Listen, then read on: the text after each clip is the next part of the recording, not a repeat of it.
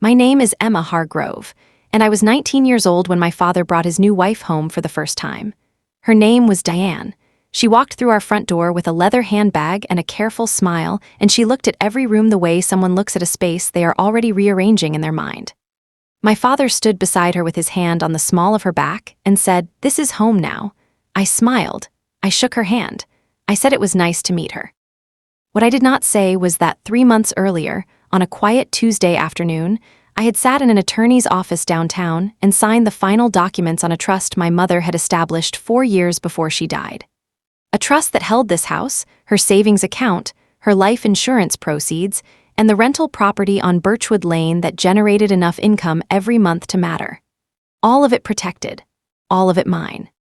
Diane spent the next 2 years trying to access every single piece of it. She never got close. Before I tell you what happened next, please hit like and subscribe. Drop your city and local time below. I love knowing where you're listening from.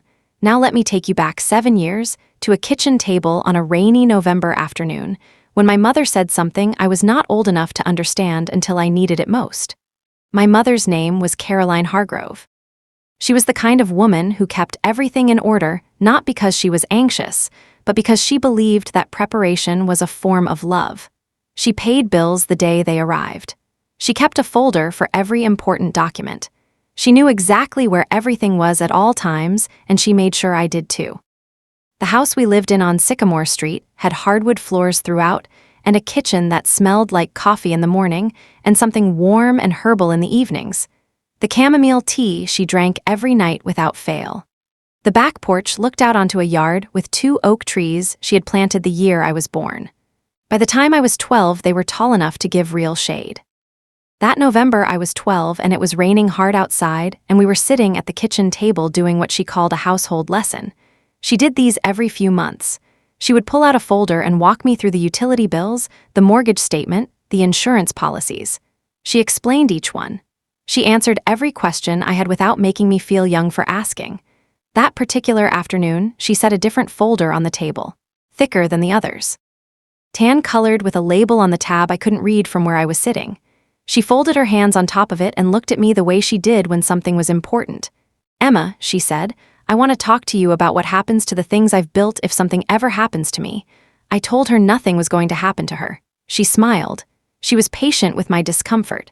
"Something always eventually happens to everyone," she said. "That isn't morbid. That's just true. And the people who love you most make sure you're taken care of before it does."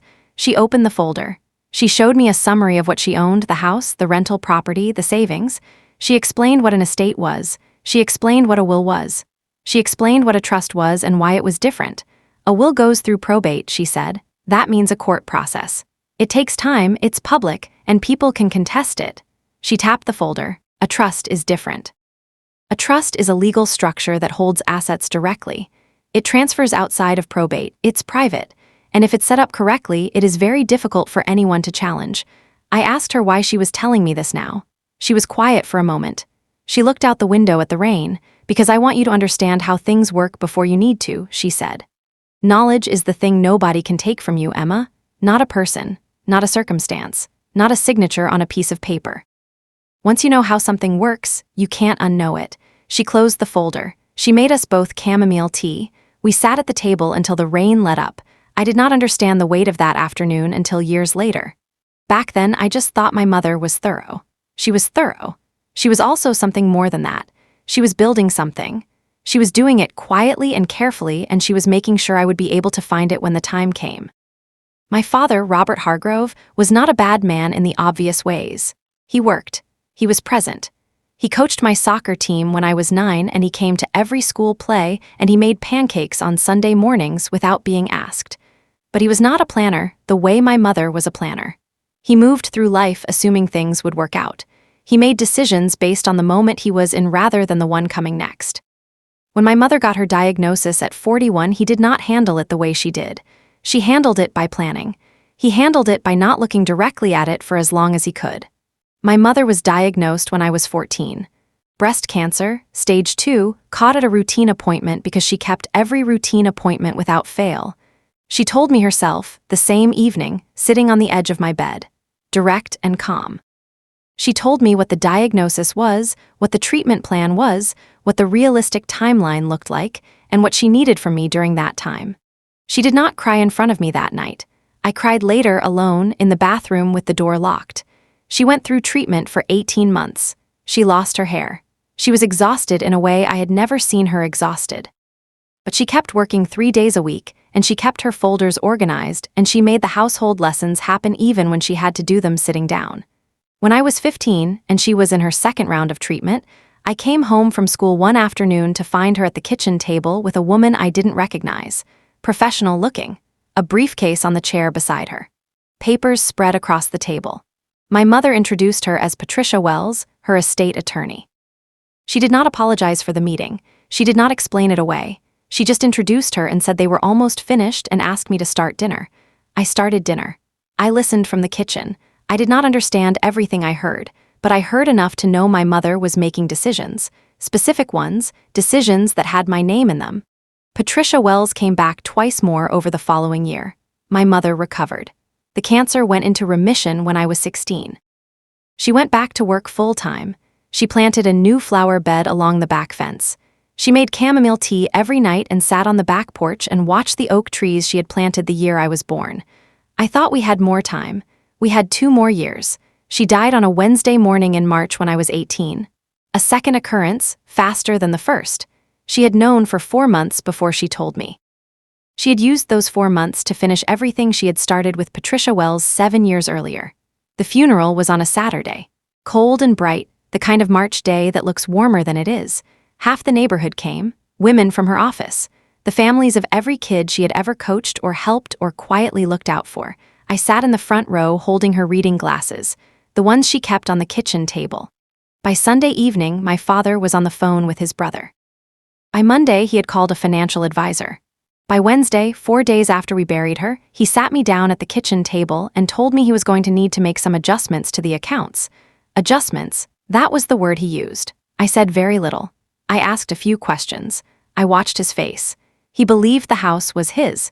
He believed the savings were part of the marital estate. He believed the rental property on Birchwood Lane was a shared asset that would now come to him fully. He had not spoken to Patricia Wells. He did not know about the trust. I kept that information very quietly in the back of my mind. And 3 weeks after the funeral, I called the number my mother had written on the inside cover of the folder she left in my closet, the tan one with the label on the tab, the one she had shown me at the kitchen table on a rainy November afternoon when I was 12. Patricia Wells picked up on the second ring. "I've been expecting your call," she said. Patricia Wells had an office on the 4th floor of a building downtown with a window that looked out over the river. She was in her late 50s with silver-streaked hair and reading glasses on a chain and the specific kind of calm that comes from spending decades making sure things are in order before they need to be. She opened my mother's file and set it on the desk between us. "Your mother retained me 9 years ago," she said, "when you were 9 years old. She established the Hargrove Family Irrevocable Trust at that time. She funded it progressively, first the savings account, then the rental property, then the family home after she paid off the mortgage 4 years ago. I looked at the documents. My name, sole beneficiary, the address of the house on Sycamore Street, the address of the rental property on Birchwood Lane, a savings account balance that made me sit very still for a moment. Your father is not named in the trust," Patricia said. "The marital home has not been in your parents' joint names since your mother refinanced and retitled it under the trust. Your father has been living in a home that has been trust property for 4 years. He does not know that." I stared at the summary page. Why didn't she tell him? Patricia paused. She looked at me directly. "Your mother said, and I will give you her exact words, Robert is a good man who makes poor decisions when he feels entitled to something. I love him.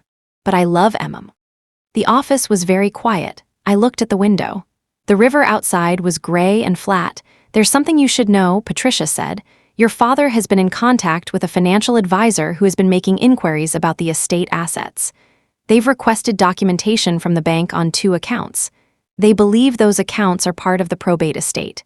"They're not," I said. "No, they're trust assets. They don't go through probate. But if your father attempts to claim them as marital property in a formal proceeding, it could create delays and legal costs even without a valid claim." "What do I do?" She folded her hands on the desk. "You turned 18 3 months ago.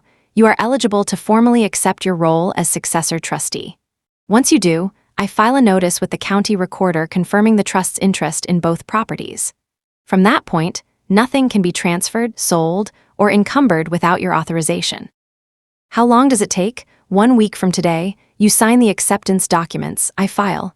It's done, I nodded. What about my father? He will be notified through proper legal channels when the filing is complete. Patricia looked at me carefully.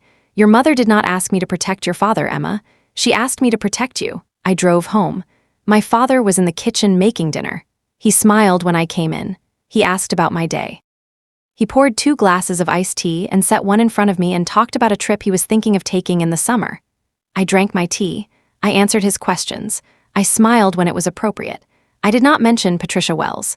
That night I sat on the back porch in the dark and looked at the 2 oak trees my mother had planted the year I was born. They were tall now. Strong. Their roots went deep. She had planted them the same year she opened the folder and started planning. I understood that now. Have you ever realized that someone loved you more carefully than you knew? Tell me in the comments. I read every single one. My father introduced Diane 8 months after my mother died. He told me about her on a Sunday morning over coffee. Casual. Like he was mentioning something minor. He said her name was Diane Coulter, that she was a real estate agent, that they had been seeing each other for a few months, and that he thought it was time for me to meet her. Real estate agent, I noted that. Diane was polished in the specific way that people are polished when they are paying close attention to how they are perceived. She shook my hand with both of hers. She told me she had heard so much about me. She looked around the kitchen with a smile that stayed exactly the same length whether she was looking at me or the built-in shelving my mother had installed. She asked who had chosen the kitchen renovation. My mother, I said. She nodded. Beautiful taste, she said. She said it like a compliment. It landed like an appraisal. Over the following months, Diane became a regular presence. Dinners, weekends, small adjustments to the house, a throw pillow here, a different dish towel there. My mother's reading glasses disappeared from the kitchen table 2 months after Diane started staying over. I found them on a shelf in the garage when I went looking. I put them in my room. My father proposed to Diane 11 months after they met. He told me the night before he planned to ask her.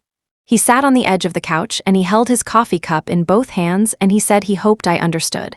I told him I hoped he was happy. He looked relieved. He should not have been relieved. He should have been paying closer attention to what I was not saying. They married the following spring, small ceremony, a reception at a restaurant downtown. I stood in the photographs with my hand at my side and a neutral expression, and I watched Diane look around the reception room with that same careful appraisal she had used in our kitchen the first night we met. I had by then been the successor trustee of the Hargrove Family Irrevocable Trust for 14 months. Patricia Wells had filed all necessary documentation. The properties were confirmed as trust assets in the public record. The savings were secured.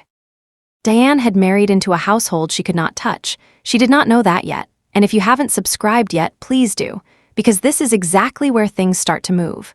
The first indication came 6 weeks after the wedding. Diane sat down with my father at the kitchen table on a Saturday morning with a notepad and what she called a financial planning session. I was in the living room. The door was open. She had done her research. I will give her that. She had pulled property records. She had found the house on Sycamore Street and the rental property on Birchwood Lane. She had calculated approximate values. She had a figure written on the notepad that represented what she believed the combined assets were worth. She told my father they should think about consolidating, simplifying, moving things into joint accounts now that they were married. My father said that sounded reasonable. She said she had a colleague, a financial advisor, who could help structure everything efficiently. My father said he was open to it. I set down the book I was not reading. I went to my room. I called Patricia Wells and left a message with 2 sentences. Diane is making her move. I need to know our timeline. Patricia called back within the hour. She was unhurried. She had anticipated this. Everything is already filed and recorded, she said. The trust interest is public record. Any professional doing due diligence on those properties will find it within 20 minutes of research. When Diane's advisor pulls title on either property, they will see the trust immediately. What happens then? Patricia's voice was even. Then they will know that the assets they believed were available are not available, and your father will have to explain to his new wife why the house she has been living in does not belong to him. That is a conversation I do not need to be present for, I said. No, Patricia agreed. You do not. 3 weeks later, Diane's financial advisor pulled title on both properties. I know this because my father called me on a Tuesday evening. His voice was different than I had heard it before, quieter, flatter, the voice of someone who has been told something that rearranges a long-held assumption. "Emma," he said, "I need to understand something about your mother's estate." "I know," I said. "I've been waiting for you to ask." We met at Patricia's office the following Saturday. My father and I sat across from Patricia at her desk. Diane had wanted to come. My father had told her this was a family conversation first. I thought that was the right decision. It might have been the first careful decision he had made in 2 years. Patricia walked him through the trust. From the beginning, when Caroline had established it, what she had placed in it, how she had retitled the properties, why it had been structured the way it was. My father was quiet for a long time after she finished. Then he said, "She never told me." Patricia said gently she made a considered decision about what information to share and when. She was protecting Emma, that was her primary obligation. My father looked at his hands, he looked at the window, he looked at me. I kept my face still. I kept my voice even. "She knew," I said. "She knew a long time before any of us were ready for her to know it." He didn't ask what I meant by that. I think he understood. The meeting ended. We drove home separately. That evening, Diane was in the kitchen when my father came home. I heard the beginning of the conversation from upstairs. His voice, careful and flat, hers, sharper than she usually allowed it to be in this house. Then quiet, then the sound of the back door. I went downstairs. My father was sitting at the kitchen table alone with a glass of water. The same table where my mother had opened the tan folder on a rainy November afternoon and showed me how things worked before I needed to know. I sat across from him. He looked at me. "She planned all of this," he said. "Even then, especially then," I said. He nodded slowly. He turned the glass in his hands. After a while he said, "She was always the one who thought ahead." "Yes," I said. "She was." We sat at the table for a long time without talking. The oak trees outside were moving in the wind. The house was quiet the way it was quiet on the evenings when my mother made chamomile tea and sat on the back porch and watched the yard she had tended for years. It still smelled like her in the corners, if you paid attention. Diane and my father separated 14 months after they married. The separation was quiet. No courtroom. No contested filing. Just the slow recognition on Diane's part that the financial picture she had married into was not the one that existed. That the house on Sycamore Street was not an asset she would ever have access to. That the rental property on Birchwood Lane would never appear in a joint account. That the woman she had underestimated had been gone for 2 years but had nonetheless outmaneuvered her completely. She moved out on a Friday. She took the throw pillows she had brought. She left the dish towels. Patricia closed the final piece of documentation the following month. The trust continued. The properties remained. Everything my mother had built stayed exactly where she had put it. My mother's reading glasses are back on the kitchen table now. I put them there the week after Diane left. I haven't moved them since. I still make chamomile tea on the evenings when the house is quiet. I sit on the back porch in the chair that was hers, and I look at the 2 oak trees she PL.